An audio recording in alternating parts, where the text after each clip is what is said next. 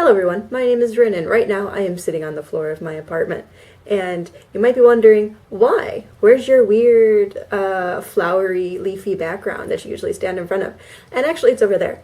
But today I'm going to be doing a makeup look and I only have one mirror in my apartment and it is right in front of me here so that I can make sure that I don't make myself look like a complete weirdo. It's not a no mirror makeup challenge, but I only have one mirror. So that's fun.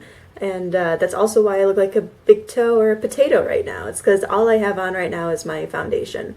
And yeah, and you know, forewarning, just ahead of time, if I look like over the camera, like over here, it's because I'm looking at the mirror to make sure that my makeup doesn't look awful. Also, say hello to my laundry that's currently drying right now. I have all my laundry hanging up right here. And also I have a spooky jack-o'-lantern there because it's always Halloween in my apartment. It's my favorite holiday. So I literally bought that 2 years ago and I haven't taken it down. So it's always Halloween here in my apartment. I love it.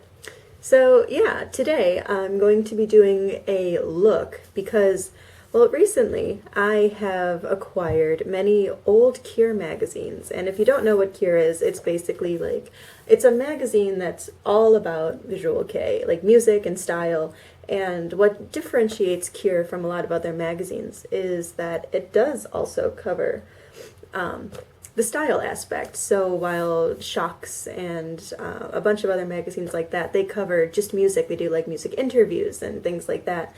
Cure does also the fashion behind visual kei, which is really interesting to read. It gives makeup tutorials.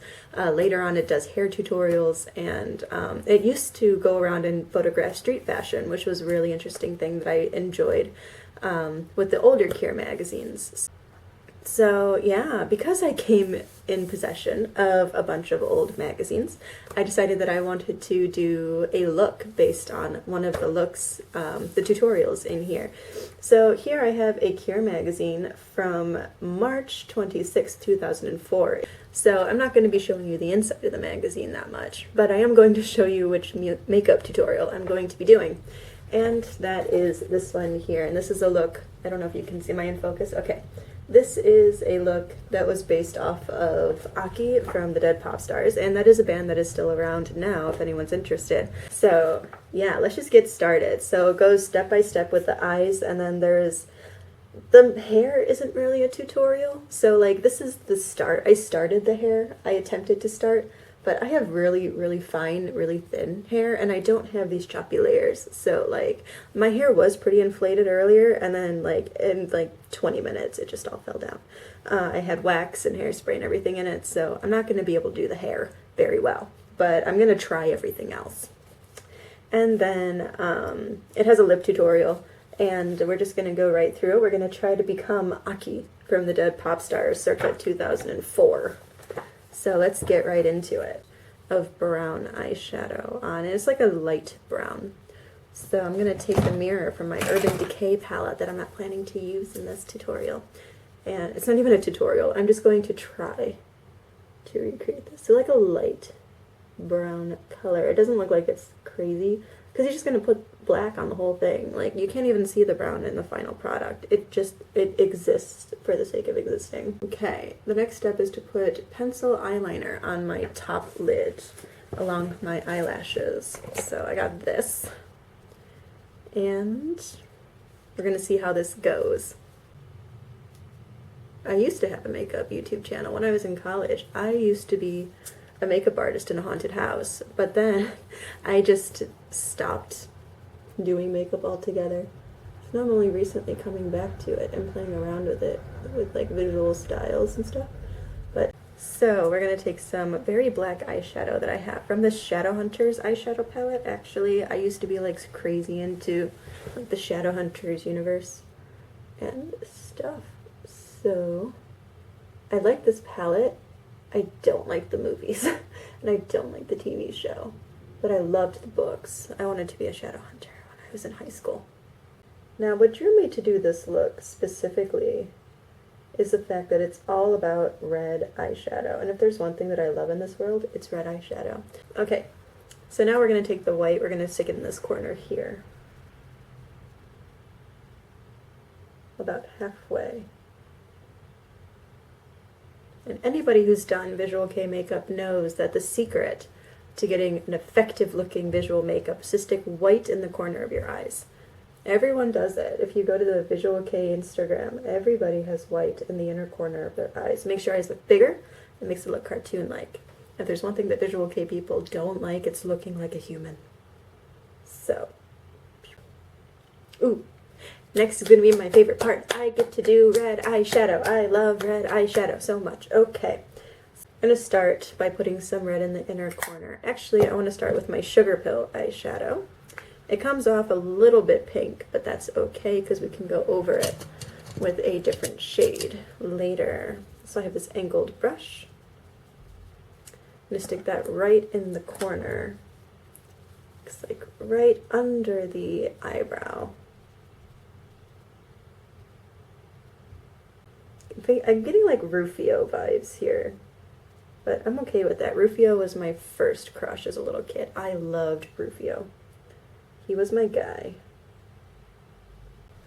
Now this image is very cropped, so I can't really tell where the red ends here.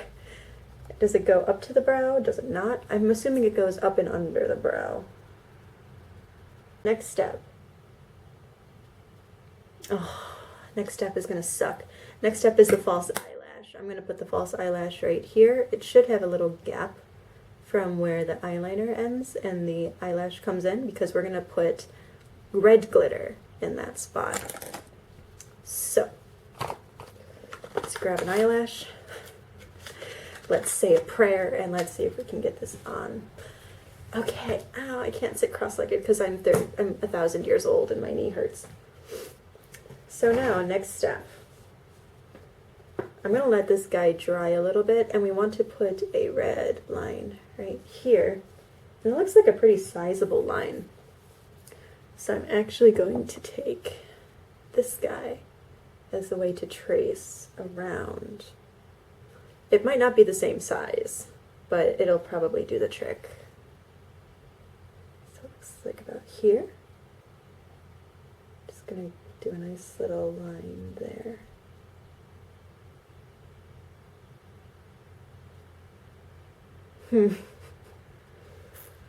We can fix this, guys. Anything worth doing is worth working hard for.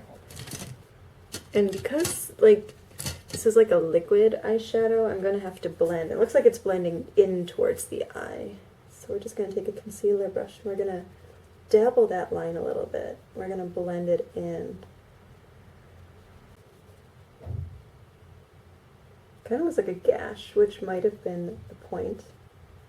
His is also glittery, so I guess I should put glitter on it. Everything has glitter on it, apparently.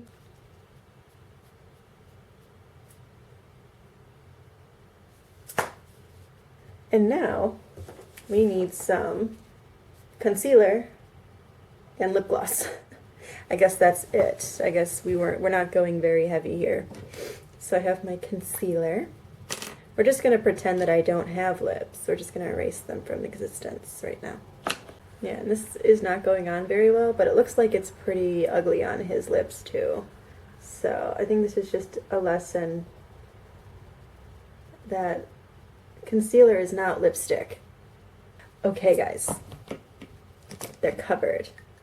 And the last step for the lips is to cover, looks like,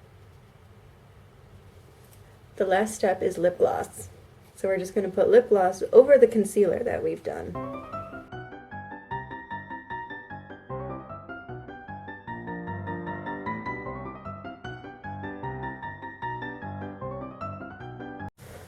Alright, so this is the final product here. I gave up on the hair. The hair is just going to be flat. I tried. It's not happening. I have the layers I have are too long, so I can't get it to stick up. So I got some volume, but there's no standing up action here. So I did some touch up on this side here for the makeup, and then I put in my contacts. He kept one eye his natural brown color, and then he put in a blue lens that was a little bit more, what's the word I'm looking for? it made a statement. It was a little bit striking, but I was going to use my natural color, which is like blue-gray, but it's not quite as striking as the color that he chose for the lens. So I did pop in like a red or a white lens to give it some more pop. And unfortunately, I put in a brown lens here, but it just kind of looks weird on my gray blue eyes. So it doesn't look perfect. None of this says perfect, but it's kind of a fun look. Like, obviously it's not a regular everyday look, but like I love theatrical makeup and things like this. So I was really happy to get back into the swing of doing these crazy makeup looks again, because I love doing makeup. I used to love it, and then I just stopped for some reason one day, and I never really picked it up again. So I hope I can do some more of these in the future. So yeah, this is the final look, and the concealer is being stupid, but that's because it's not supposed to be lipstick. But it's kind of a fun look. It's striking. It's definitely a stage look, but it's really fun. And then I paired it with this top. I don't have the exact outfit, obviously, but I paired it with this kind of low-cut top and then a pendant necklace. I think it's just because I don't have the exact replicas of everything, obviously. So I tried to kind of match like chunky necklace, like a silver-ish top with silver details, and then a jacket that's a little bit shiny.